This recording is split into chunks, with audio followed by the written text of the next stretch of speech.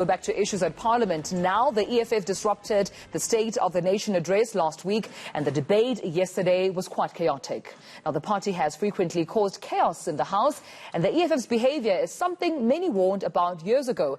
One of them being former ANC MP and political analyst, that's Melanie Verwoerd, and she joins us now via Skype. Melanie, thank you so much for your time. Well, it seems like you are not quite surprised at the behaviour of the EFF yesterday, or even at the last SONA last week, because it's one that you have not only warned about but previously witnessed to.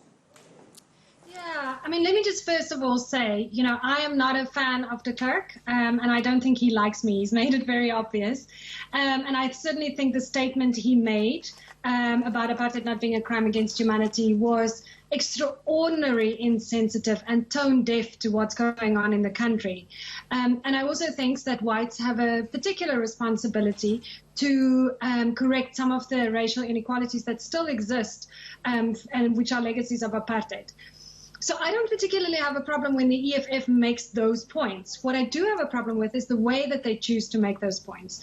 Any institution, any job has rules, and you can't just go in there and just disrupt and scream and make it unworkable without getting into big trouble. And so this is what the EFF have been doing for the last basically 5 years. I certainly know that I wrote a column in News 24 5 years ago where I warned and said, we now kind of laugh at them, and people, including the press, but also Parliament, tolerates this kind of behavior because they enjoy the fact that Julius Malema and the EFF is taking on Jacob Zuma.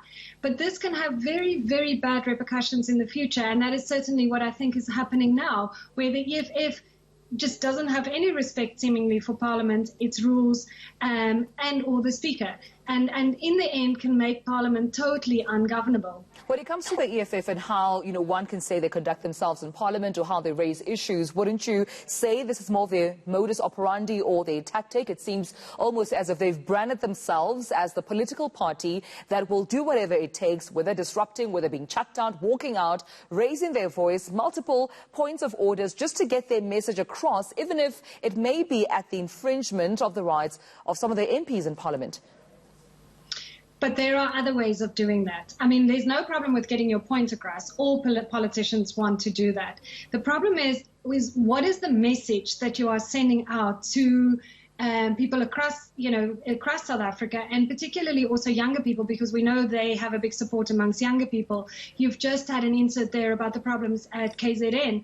And the problem is that if you keep on giving the message to people across, all divides in the country, that the way that you deal with conflict, the way that you deal with when you disagree with people is actually to become disruptive, to become violent, to become insulting, then there isn't much future for this country left.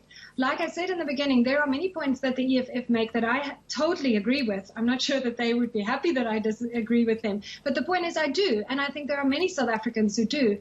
But you don't need to be totally disruptive, violent, or insulting or racially abusive to make those points. In fact, I would argue that there are much better ways of doing it and having far better effect. Melanie, we've also seen various political parties, I mean, the DA, the IFP, you name them, seeking protection from, the speakers of Parliament. Even some saying, actually, that Thandi Modise and Amos Masondo may be doing a better job than the former Speaker, Baleka Mbete, in terms of containing Parliament and ensuring that everyone gets to continue with the business of the day. But what is the responsibility, then, of the speakers in terms of enforcing these laws in Parliament? And in your opinion, do you think they're doing a good job at it? Look, I agree that I think Thandi Modise did a better job. I mean, everybody knows, certainly if you know anything about Thandi Modise, you don't mess with her. And I think she has an inherent authority from her background, and she was able to assert that on Thursday during SONA, where in fact what happened was that she let them the EFF wear themselves out, and they had to leave on their own accord. They had to just leave Parliament eventually, I think slightly tail between the legs. But I think Amos Masondo struggled a bit more. The point is, though, that the Speaker's power remain once they're in the chair, and once it becomes that disruptive, there's very little they can do apart from shouting order, cutting mics, which is a very dramatic thing to do in Parliament and not something you want to do too often.